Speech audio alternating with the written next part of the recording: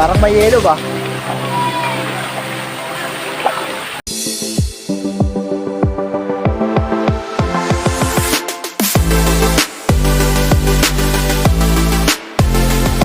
Gandang buhay mga master. Kung pinapanood mo tong video na to, ito na yung sign para subukan mong mag-relax. Hindi puro trabaho.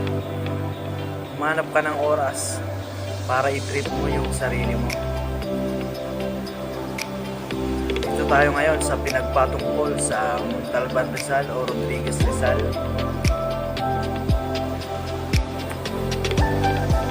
Sa murang halaga lang at affordable na entrance, makakapag-relax ka na sa gitna ng kabundukan. So let's go! From Valenzuela City hanggang Montalban Rizal, nasa 42 kilometers ang ating tatakbuhin. Umalis kami ng Valenzuela mga 5:30 ng madaling araw. Bali, 4 na motor lang kami. May mga angkas din yung iba. Dito kami dumaan sa Quezon Memorial Circle papuntang Commonwealth Avenue.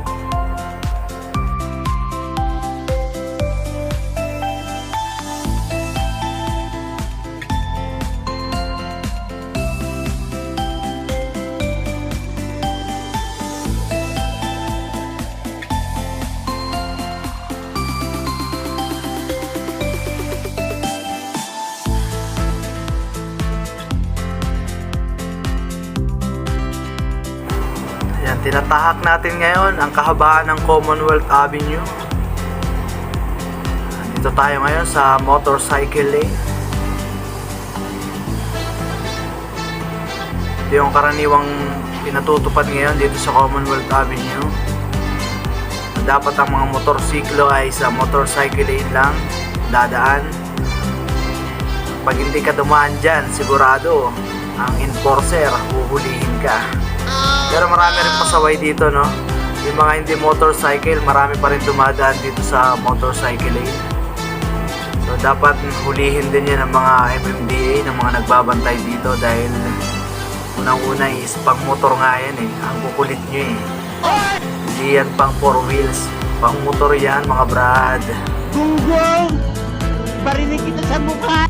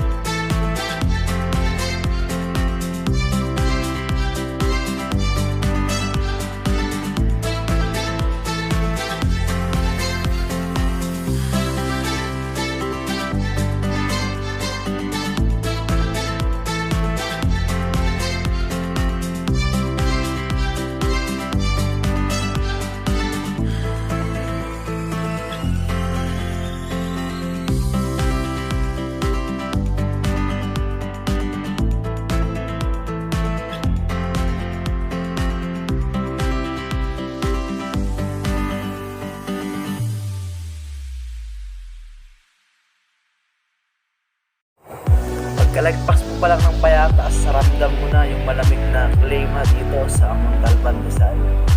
Kasi nga maraming puno dito, maraming bundok. Sigurado lalamigin ka, lalo na kung madaling araw ka dadaan dito. So let's go guys, malapit na tayo sa ating pupuntahan. So, sa mga bago pa lang sa aking channel, please subscribe, like, and comment, and hit the notification bell para updated ka sa mga bago kong video na i-upload.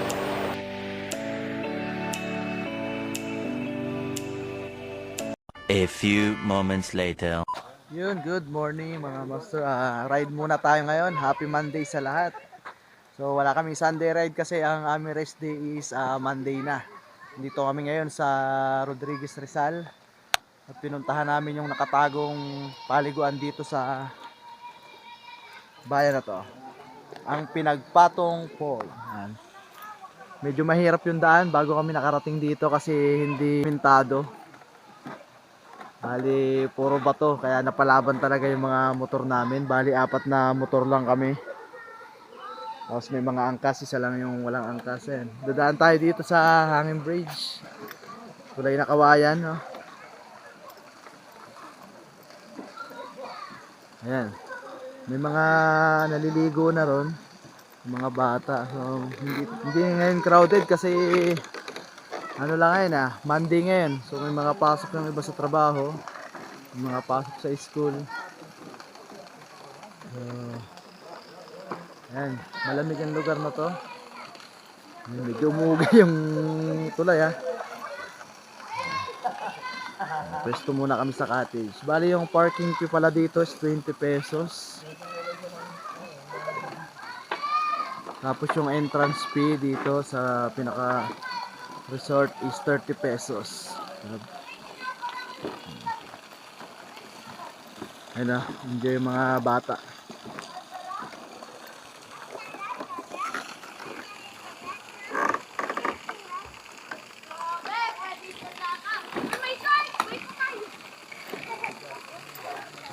Ayun, andito na tayo guys sa Pinagpatong Pool. Ang entrance fee rito sobrang sulit, 30 pesos lang.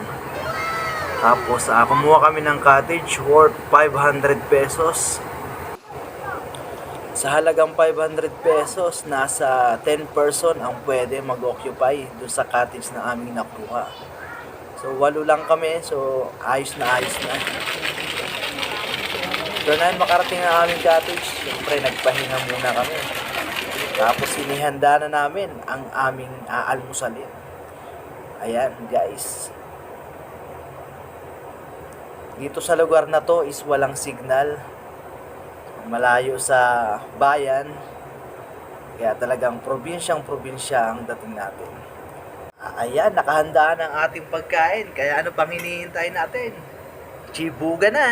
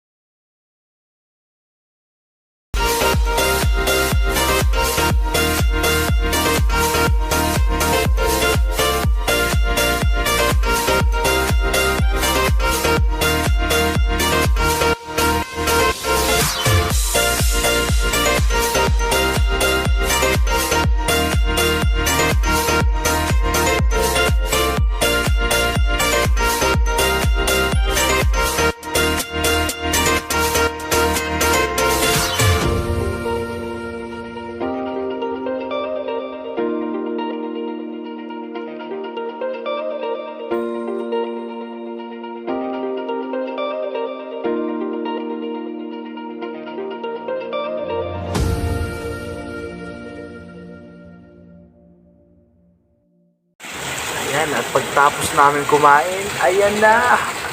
Time na para mag-swimming. Itsura pa lang ng tubig na to, sobrang lamig na talaga. Ayan. Ayun, maraming nag-swimming doon sa baba. Yung mga kabataan na yan. So, kukunti lang yung tao ngayon, no? Kasi Monday. So, yung mga iba ay nasa trabaho. At yung iba ay may pasok sa school.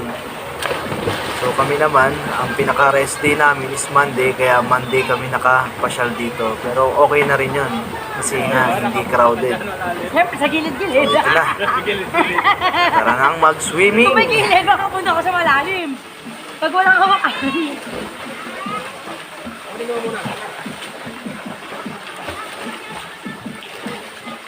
Yun, sulit na sulit. Ang 30 pesos namin dito.